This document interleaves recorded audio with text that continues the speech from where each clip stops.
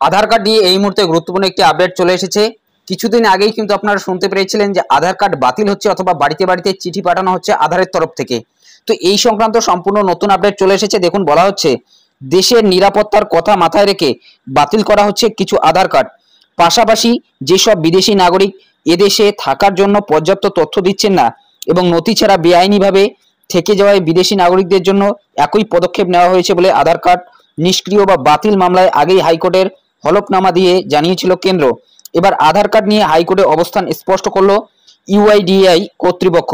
এই সংক্রান্ত মামলায় আধার প্রদানকারী সংস্থার তরফে আইনজীবী লক্ষ্মী গুপ্ত জানিয়েছেন, যারা ভারতে 182 দিন বসবাস করেছে তাদের জন্য আধার কার্ড, এছাড়া সরকারি প্রকল্পের ভর্তুকি দিতেই এই আধার কার্ড। আইনজীবী আরও বলেছেন, আধার কার্ড দেওয়ার সঙ্গে নাগরিকত্বের কোনো সম্পর্ক নেই। স্পষ্ট করে তিনি বলেছেন, অনাবাসী যারা আইন মেনে দেশে প্রবেশ করেছেন তারা আবেদন করলে আধার কার্ড দেওয়া যেতে পারে। প্রসঙ্গত, বহু মানুষের আধার কার্ড নিষ্ক্রিয় হয়ে যাচ্ছে। এই অভিযোগে সম্প্রতি মামলা দায়ের হয় হাইকোর্টে। প্রধান বিচারপতি টি.এস. শিবজ্ঞানম এবং বিচারপতি হিরণময় ভট্টাচার্যের ডিভিশন বেঞ্চে মামলাকারী সংগঠন জয়েন্ট ফোরাম এগেইনস্ট এনআরসির দাবি, পশ্চিমবঙ্গে প্রচুর আধার কার্ড অচল করে দেওয়া হচ্ছে। এর কোনো সঠিক কারণ পাওয়া যাচ্ছে না, যা নিয়ে এই জনস্বার্থ মামলা। প্রায় 1000-এর উপর আধার কার্ড ইতিমধ্যেই নিষ্ক্রিয় করে দেওয়া হয়েছে বলে অভিযোগ। মামলাকারীদের আইনজীবী ঝুমা সেন বলেন, এ নিয়ে কেন্দ্রীয় মন্ত্রীদের বক্তব্যে বিভ্রান্তি ও দ্বন্দ্ব রয়েছে। এ ব্যাপারে মুখ্যমন্ত্রীর অফিস থেকে প্রধানমন্ত্রীর অফিসেও একটি চিঠি দেওয়া হয়েছে। এছাড়া রাজ্যের এক সাংসদও বিষয়টি কেন্দ্রের কাছে তুলেছেন। ইউআইডিএআই প্রাথমিকভাবে বলেছিল এটি প্রযুক্তিগত ত্রুটি।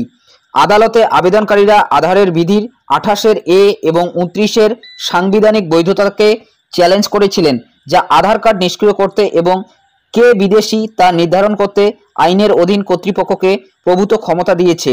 তার প্রেক্ষিতে আদালতে ইউআইডিএআই এর আইনজীবী লক্ষ্মী গুপ্ত জানান, আধার কার্ডের সঙ্গে নাগরিকত্বের কোনো সম্পর্ক নেই।